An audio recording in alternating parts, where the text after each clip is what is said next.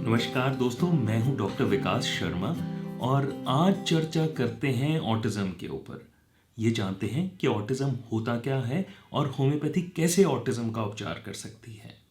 दोस्तों, ये भी जानेंगे कि ऑटिज्म के लक्षण क्या होते हैं।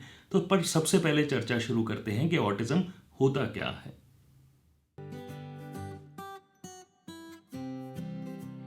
दोस्तों, ये जानने से पहले कि ऑटिज्म क्या है, मैं आपको अपने बारे में इंट्रोडक्शन देना चाहूँगा। दोस्तों, मैंने एमडी किया हुआ है होम्योपैथी में और मेरे एमडी में जो रिसर्च थी 2 साल की, वो थी कि the role of homeopathic medicine in the treatment of autism. दोस्तों, मैंने 10 से 15 हज़ार केसेस ऑटिज्म के देखे हैं और मैं पिछले 20 साल से ऑटिज्म ट्रीट कर रहा हूँ। हमारी क्लिनिक में 3 से 4 नए केस रोज़ के होते हैं और 10-15 फॉलोअप केसेस हम देखते हैं। तो आइए अब चर्चा शुरू करते हैं कि ऑटिज्म होता क्या है। दोस्तों, ऑटिज्म एक न्यूरो डेवलपमेंटल डिसऑर्डर्स की श्रेणी में आता है। दोस्तों, न्यूरो डेवलपमेंटल डिसऑर्डर का मतलब होता है जहां पर बच्चे का मानसिक विकास पूर्ण रूप से नहीं हो पाता है। दोस्तों, ऑटिज्म को सोशल कम्युनिकेटिव डिसऑर्डर भी कहा जाता है, जहां पे बच्चा सोशली इंटरैक्ट नहीं कर पाता और उसकी कम्युनिकेशन बहुत बुरी तरह से इफेक्ट हो सकती है। तो आइए दोस्तों, चर्चा करते हैं ऑटिज्म के लक्षणों पे कि क्या लक्षण होते हैं बच्चों में जिनसे आप आइडेंटिफाई कर सकते हैं कि उनको ऑटिज्म है और कौन से ऐसे लक्षण हैं जिनसे आप जल्दी आइडेंटिफाई कर सकते हैं 1.5-2 साल के बच्चे को कि उनको ऑटिज्म डेवलप हो रहा है। तो दोस्तों, सबसे पहले तो मैं ये बता दूं कि ऑटिज्म जिन बच्चों को होता है वो बाकी बच्चों से डिफरेंट नहीं दिखते हैं। उनके फेशियल फीचर्स में कोई जनरली चेंज नहीं होता है, वो बिल्कुल नॉर्मल दिखते हैं। और बहुत सारे बच्चे तो 1-1.5 साल तक की नॉर्मल डेवलपमेंट होती है उनकी। पेरेंट्स आके बताते हैं कि डॉक्टर साहब ये देखिए वीडियो, जब ये 1 साल का था तो ये बात कर रहा है, फिंगर पॉइंट कर रहा है। तो ऑटिज्म में देखा गया है कि अप्रॉक्सीमेटली 15 महीने या 1 साल के बाद बच्चों में उनकी सोशल स्किल्स, कम्युनिकेटिव स्किल्स में डिटेरियोरेशन होता है। पर ये ज़रूरी नहीं है। बहुत सारे बच्चे 5-6 महीने पे भी ऑटिज्म के साइन शो करते हैं और बहुत सारे बच्चों में कहा जाता है कि पैदा होते सार ही उनको ऑटिज्म डेवलप होना शुरू हो गया था। पर बहुत सारे केसेस हम देखते हैं जहाँ पर 1 साल के होने के बाद उनको ऑटिज्म के साइंस आते हैं। बच्चे जिनको ऑटिज्म होता है वो डिफरेंट नहीं दिखते हैं नॉर्मल बच्चों से। उनमें स्पीच में या कम्युनिकेशन में डिफरेंस होता है। किस तरह से वो इंटरैक्ट करते हैं उसमें डिफरेंस होता है। किस तरह से वो लर्न करते हैं उसमें डिफरेंस हो सकता है और किस तरह से बिहेव करते हैं उनमें डिफरेंस हो सकता है। तो दोस्तों, सबसे पहले शुरू करते हैं छोटे बच्चों से। कौन सी चीज़ें हैं, कौन से सिम्टम्स हैं जो कि जिन्हें हम रेड फ्लैग्स कहते हैं ऑटिज्म के लिए, यानी कि अलर्ट्स कह सकते हैं ऑटिज्म के लिए, जिनको आपको देखना है और अगर हैं तो आपको ज़रूर किसी से कंसल्ट करना चाहिए। तो सबसे पहले बात करते हैं रेड फ्लैग्स ऑफ ऑटिज्म, यानी कि अर्ली डिटेक्शन ऑफ ऑटिज्म के लिए क्या क्या लक्षण होते हैं।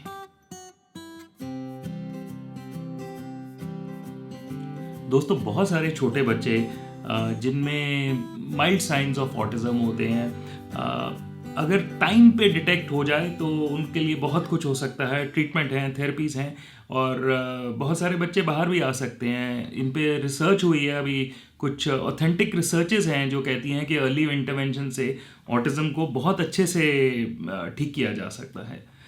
दोस्तों, सबसे बड़ी problem early detection of autism में ये होती है कि बच्चा बोलना शुरू करता है 1.5 और 2 और 2.5 के बीच में।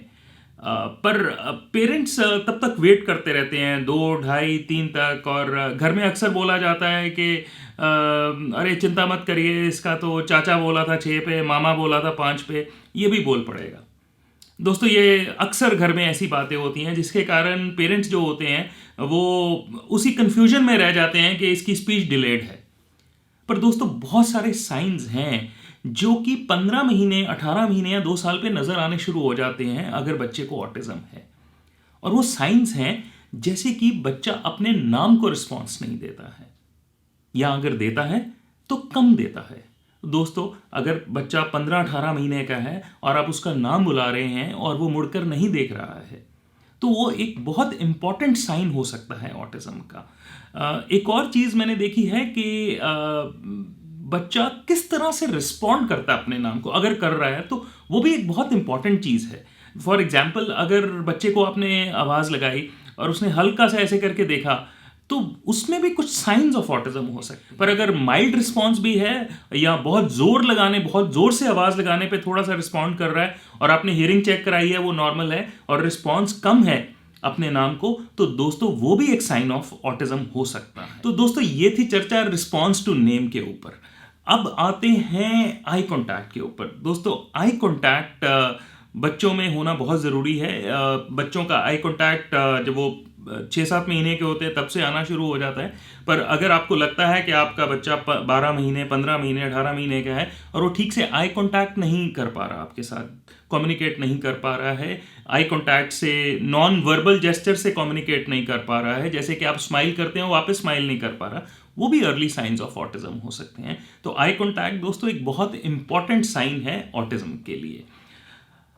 दोस्तों एक और चीज़ पे आते हैं जो कि जिसको कि एक डिफाइन करना मुश्किल होता है, और वो है कि बच्चा अपनी दुनिया में रहता है, खोया रहता है।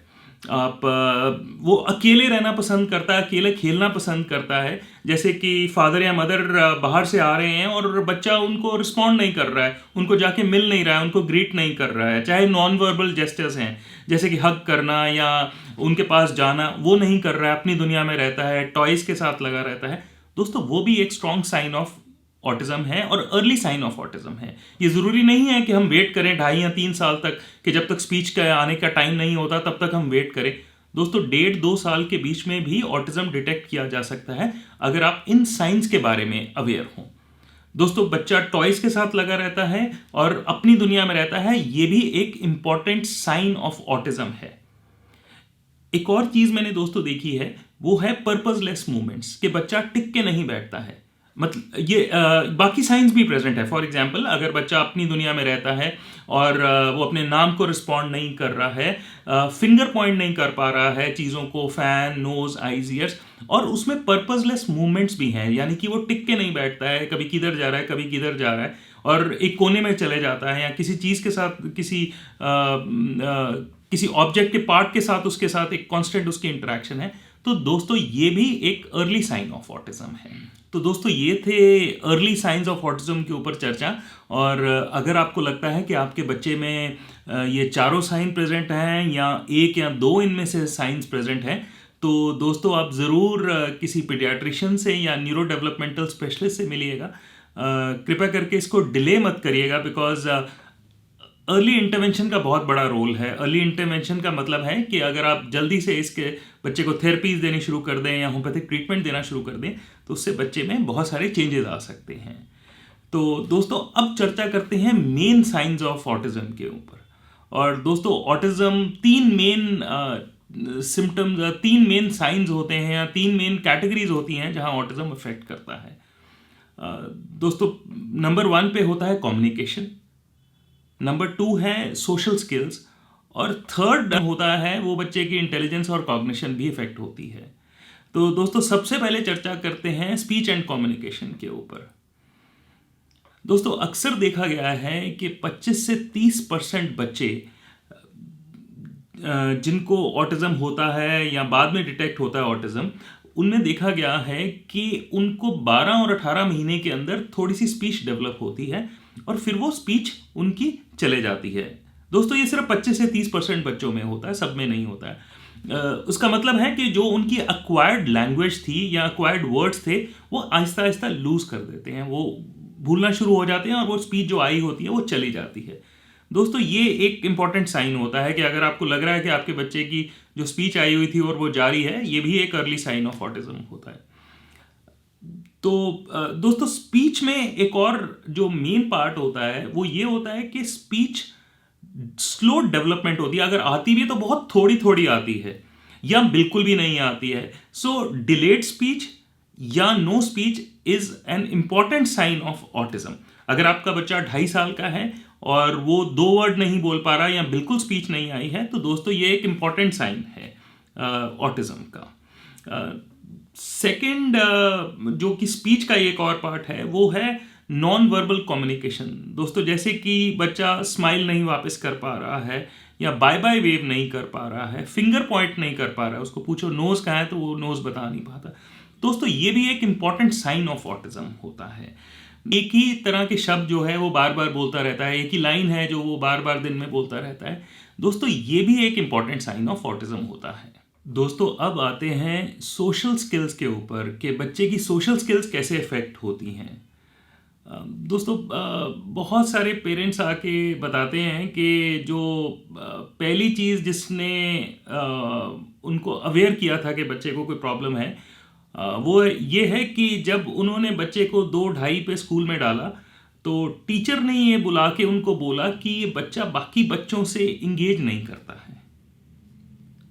तो दोस्तों ये एक बहुत इंपॉर्टेंट साइन होता है कि बच्चा सोशली अलूफ रहता है, यानी कि अकेला रहता है, इंगेज नहीं कर पाता। दोस्तों एक और चीज़ जो मैं बोलना चाहूँगा, बीच में ही बोलना चाहूँगा, वो ये है कि ऑटिज्म एक स्पेक्ट्रम डिसऑर्डर है। स्पेक्ट्रम डिसऑर्डर का मतलब ये है कि ये बहुत माइल्ड से लेके बहुत सीवियर तक रेंज कर सकता है। तो इसके सिम्टम्स भी सारे के सारे जो मैंने स्पीच के बारे में बताए हैं, अर्ली साइंस बताए हैं, और अब सोशल के बारे में बात कर रहा हूँ, तो ये बहुत माइल्ड से बहुत सिवियर में रह सकते हैं। तो ये ज़रूरी नहीं है कि बच्चे को बहुत सिवियर सिम्टम्स हों तभी हम उनको बोलेंगे कि ये ऑटिज्म के साइंस हैं। तो ये बहुत माइल्ड साइंस भी हो सकते हैं, इसलिए आपको केयरफुल रहना बहुत ज़रूरी है। तो दोस्तों अगर बच्चा आपका 2, 2.5, 3 साल का है और वो बच्चों के साथ एंगेज नहीं करता है, तो ये एक इम्पॉर्टेंट साइन ऑफ ऑटिज्म हो सकता है। दोस्तों एक और चीज़ होती है कि बच्चा सिर्फ अपने इंटरेस्ट से जो डिज़ायर्ड गोल होता है, अगर सिर्फ उसके लिए एंगेज कर रहा है, फॉर एग्जांपल वो घर में पेरेंट का हाथ पकड़ेगा और उधर को पॉइंट करेगा जहाँ पर चॉकलेट पड़ी है या बिस्किट पड़े हैं, सिर्फ इतना एंगेज करेगा, अपनी चीज़ के लिए करेगा, या उसको बोलेंगे कि चलो बाहर घूमने चलना है या ये चॉकलेट ले लो, तो वो तभी एंगेज करेगा। तो ये जो डिज़ायर्ड गोल के लिए इंटरैक्ट करना, इसको भी ऑटिज्म का साइन लेते हैं। इसका मतलब ये है कि वो वैसे इंटरैक्ट नहीं करेगा सोशली, या वैसे आपके साथ उसे बुलाने पर रिस्पॉन्ड नहीं करेगा, बट जब उसके मतलब की चीज़ बोली जाएगी तब वो इंटरैक्ट करेगा। दोस्तों इससे लिंक्ड एक और सिम्टम है जो मैं पहले बताना भूल गया, वो ये है कि जब हम बात कर रहे थे रिस्पॉन्स टू नेम की, तो दोस्तों अगर बच्चा अपने नाम को रिस्पॉन्ड नहीं कर रहा है, फॉर एग्जाम्पल वो दूसरे कमरे में है, दूसरे रूम में है, और आप उसको बुला रहे हैं, पुकार रहे हैं, उसका नाम पुकार रहे हैं, वो नहीं आ रहा, पर अगर उसकी फेवरेट टीवी ऐड आ जाए या फेवरेट गाना आ जाए तो वो दूसरे कमरे से भागता हुआ आएगा। तो ये जो डिज़ायर्ड स्पेसिफिक गोल्स हैं या डिज़ायर्ड स्पेसिफिक इंटरेस्ट हैं, ये भी कहीं ना कहीं दोस्तों ऑटिज्म के ही साइंस होते हैं। दोस्तों एक और सिम्टम जो कि हम सोशल में लेंगे, सोशल डिसऑर्डर में लेंगे, वो ये है कि वो पेरेंट्स की इमोशंस नहीं समझ पाता, या घर में जो लोग रहते हैं उनकी इमोशन नहीं समझ पाता, कि अगर कोई गुस्सा है तो नहीं उसको पता चल रहा, या अगर मदर रो रही है तो वो उसको पता नहीं चल रहा है। तो दोस्तों ये भी एक इम्पॉर्टेंट साइन ऑफ ऑटिज्म हो सकता है। दोस्तों ऑटिज्म में बहुत सारे सिम्टम्स होते हैं, सोशल और कम्युनिकेशन के अलावा भी हाइपर एक्टिविटी एक बहुत इंपॉर्टेंट साइन होता है कि बच्चे बहुत सारा भागता दौड़ते रहते हैं, पर्पसलेस मूवमेंट्स होती हैं, उनको एक जगह बिठा के रखना बहुत मुश्किल होता है। बहुत सारे बच्चे एग्रेसिव होते हैं, पेरेंट्स को मारते हैं, खुद को सेल्फ हार्म करते हैं। फिर स्लीपिंग डिसऑर्डर्स हो सकते हैं, रात को सडनली उठ जाते हैं और बहुत घंटों घंटों तक रोते हैं, या उनको इनिशियली सोने में बहुत मुश्किल आती है, रात को 2 बजे सोते हैं, 3 बजे सोते हैं। ईटिंग डिसऑर्डर्स होते हैं, एक ही तरह का खाना खाते हैं या च्यू नहीं कर सकते। दोस्तों ऑटिज्म में खूब सारे सिम्टम्स होते हैं, और जो अभी तक हमने डिस्कस किए वो मेन सिम्टम्स थे। पर अब हम आएंगे role of homeopathy in treating autism. हम डिस्कस करेंगे कि होम्योपैथी किस तरह से और किस तरह के बच्चों को बहुत इफेक्टिव हो सकती है, और किस एज पे आपको ट्रीटमेंट शुरू करना चाहिए, और अगर आप लेट भी हो गए हैं तब भी होम्योपैथी कैसे आपके बच्चे को हेल्प कर सकती है। तो दोस्तों आइए चर्चा करते हैं बहुत ही इम्पॉर्टेंट टॉपिक के ऊपर कि होम्योपैथी का क्या रोल है ऑटिज्म को ट्रीट करने में। दोस्तों शायद इसको एक्सप्लेन करने के लिए मुझे बहुत सारा समय चाहिए होगा, और मैं कोशिश करूंगा कि इस वीडियो में कंप्लीट कर दूं, या हो सकता है कि मुझे एक और वीडियो बनाना पड़े होम्योपैथी की इंट्रिकेसीज में जाने के लिए, छोटी छोटी डिटेल्स जो कि पेरेंट्स को बहुत सारी डिटेल्स मांगते हैं कि कौन सी दवाइयाँ हैं, क्या साइड इफ़ेक्ट्स होंगे नहीं होंगे, कितनी देर तक ट्रीटमेंट चलेगा। तो दोस्तों बहुत सारे सवाल होते हैं, पर मैं कोशिश करूंगा कि मैं मेन सवालों के जवाब इस वीडियो में आपको दे पाऊँ। तो दोस्तों सबसे पहले जो सबसे इम्पोर्टेंट सवाल जो कि हर पेरेंट के मन में आता है वो ये होता है कि क्या मेरा बच्चा 100% रिकवर हो सकता है। दोस्तों मैं आपको एक केस के बारे में अभी जिक्र करता हूँ। अभी बड़ी रिसेंटली मेरे को एक पेशेंट जो कि उस पेशेंट की रेफरेंस से आए थे जिनके बच्चे को मैंने ठीक किया था। उन्होंने बताया कि वो जो बच्चा जो अमेरिका में है, जिसको 2003 या 4 में मैंने ट्रीटमेंट दिया था, वो आज इंजीनियरिंग कॉलेज में पढ़ रहा है। तो दोस्तों मैंने अपनी लाइफ में पिछले 20 सालों में इतने केसेस ट्रीट किए हैं और बहुत सारे केसेस में बहुत अच्छी इंप्रूवमेंट्स होते देखी हैं। और मेरा ये मानना है कि homeopathy has a very important role to play in the treatment of autism. पर दोस्तों इसका मतलब ये नहीं है कि जो मैंने इतने सैकड़ों हज़ारों केस देखे सबके सब ठीक हो गए, नहीं, ऐसा नहीं है। पर बहुत सारे केसेस में बहुत अच्छी इंप्रूवमेंट्स देखी हैं और बहुत सारे बच्चे 100% रिकवर करते भी देखे हैं। तो दोस्तों ये कहना कि ऑटिज्म रिकवर नहीं हो सकता 100%, एक ब्लैंकेट स्टेटमेंट दे देना मॉडर्न मेडिसिन के लिए, well I am sorry, I don't believe this thing. दोस्तों होम्योपैथी का बहुत इंपॉर्टेंट रोल है और बहुत सारे बच्चे रिकवर करते हैं और बहुत सारे बच्चों में बहुत इंप्रूवमेंट्स आ जाती हैं। बहुत बड़े बच्चे मैंने देखे हैं, कई बार हमारे पास 7-8 साल के बच्चे आते हैं, मैंने उनमें स्पीच आती देखी है। दोस्तों 10 साल के बच्चों में स्पीच आती देखी है। बहुत सारे केसेस आते हैं जो जब बच्चा 13 या 14 साल को होता है और बहुत एग्रेसिव हो चुके होते हैं बच्चे, स्पेशली बॉयज़, जब उनमें प्यूबर्टी आती है, टेस्टोस्टेरॉन की ड्राइव आती है, तो दोस्तों उस समय हाइपर एक्टिविटी कंट्रोल करने में होम्योपैथी बहुत हेल्प करती है। दोस्तों जितना छोटा बच्चा होता है उतने चांसेस बेटर होते हैं, बट इसका कहने का मतलब ये नहीं है कि अगर हमारे पास 4 या 5 पे भी बच्चा आ रहा है या 6 या 7 पे भी आ रहा है तो होम्योपैथी चेंजेस नहीं ला सकती है। दोस्तों इसमें जो मेडिसिन यूज़ होती हैं वो मेनली काम करती हैं ब्रेन डेवलपमेंट के ऊपर।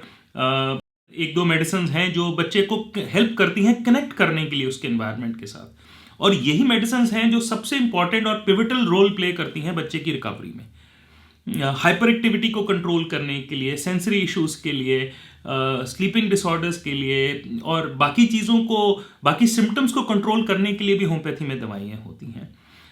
दोस्तों age of the child is an important factor, severity of the issue, severity of the symptoms is a second factor, और दोस्तों थर्ड फैक्टर जो कि बहुत इंपॉर्टेंट होता है वो है कि पेरेंट्स किस तरह की थेरेपीज दे रहे हैं और किस तरह की इंगेजमेंट कर रहे हैं। दोस्तों ब्रॉडली मैंने देखा है कि होम्योपैथी के साइड इफ़ेक्ट्स नहीं होते हैं और होम्योपैथिक मेडिसिन सेफ होती हैं। जो मेडिसिन हम यूज़ करते हैं वो मैं बता देता हूँ, बट विद एडवाइजरी के आप खुद नहीं यूज़ करेंगे और बिना किसी होम्योपैथिक स्पेशलिस्ट के, स्पेशली जिसको ऑटिज्म ट्रीट करना आता है, उसकी सलाह के बिना ये दवाइयाँ नहीं यूज़ करेंगे। दोस्तों हम मेजरली यूज़ करते हैं calcarea carb, hyoscyamus, stramonium, baryta carb, carcinosin, veratrum, album, natrum mur. दोस्तों ये मेजरली हम यूज़ करते हैं और बहुत सारे बच्चों में बहुत सारी चेंजेस देखते हैं। दोस्तों मैं कोशिश करूंगा, मैं समझ सकता हूं कि जो भी मैंने होम्योपैथी और ऑटिज्म के बारे में बताया वो बहुत कम है, पर दोस्तों मैं कोशिश करूंगा कि एक वीडियो ज़रूर बनाऊं जिसमें मैं होम्योपैथी और ऑटिज्म की ट्रीटमेंट की डिटेल आपको दूं कि किस तरह के केसेस को होम्योपैथी हेल्प कर सकती है। दोस्तों अगर आपको कोई जानकारी चाहिए हो तो आप हमें कॉल कर सकते हैं। मैं समझ सकता हूं कि पेरेंट्स बहुत चिंता में होते हैं, स्पेशली जब उनको पता चलता है कि बच्चे को ऑटिज्म है, और मैं कोशिश करूंगा कि हमारी क्लिनिक आपको रिस्पॉन्ड करे in the best possible way. आप हमें ईमेल कर सकते हैं vikas@doctorhomeo.com पे, या आप हमारी साइट पे जा सकते हैं doctorhomeo.com पे और बाकी के आर्टिकल्स पढ़ सकते हैं जो कि मैंने पिछले 10-15 साल में ऑटिज्म के ऊपर लिखे हैं। वो भी आपको थोड़ा हेल्प कर सकते हैं अंडरस्टैंड करने के लिए ऑटिज्म और होम्योपैथी का रोल। और अगर आपको कोई और सवाल हों या कोई और आपके मन में किसी और तरह के कोई क्वेश्चंस हों, क्वेरीज हों, तो आप हमें ज़रूर ईमेल करिएगा vikas@drhomeo.com पे। तो दोस्तों, अगले वीडियो तक के लिए नमस्कार।